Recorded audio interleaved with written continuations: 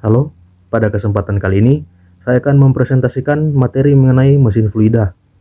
Presentasi ini akan membahas berbagai sistem mesin fluida, termasuk pompa, turbin, hidrolis, dan pneumatis.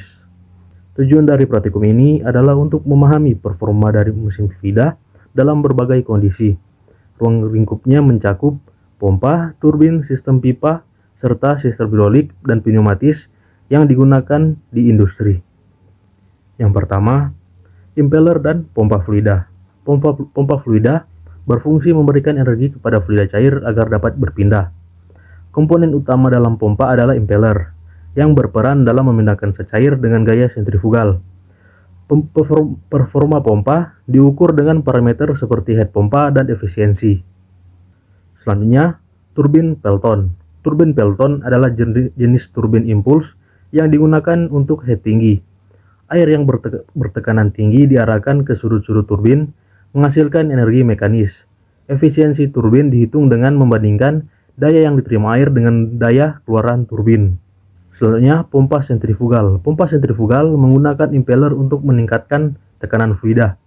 Terdapat 3 konfigurasi utama, tunggal, seri, dan paralel.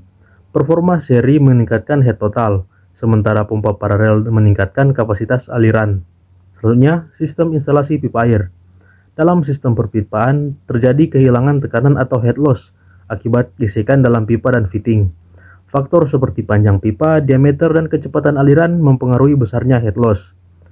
Reynolds number digunakan untuk menentukan apakah aliran bersifat laminar atau turbulen. Kemudian ada sistem hidrolis. Sistem hidrolis menggunakan fluida untuk mentransfer tenaga. Prinsipnya didasarkan pada hukum Pascal, di mana tekanan yang diberikan ke fluida dalam ruangan tertutup diteruskan secara merata ke segala arah. Contoh aplikasinya adalah aktuator hidrolis dan motor hidrolis. Sistem pneumatis. Berbeda dengan hidrolis, sistem pneumatis menggunakan udara bertekanan sebagai media kerja. Prinsip kerja pneumatis didasarkan pada hukum Boyle, yang menyatakan bahwa tekanan dan volume gas berbanding terbalik pada suhu konstan. Teknologi ini digunakan dalam kontrol otomatisasi industri. Selanjutnya, sistem instalasi pipa udara.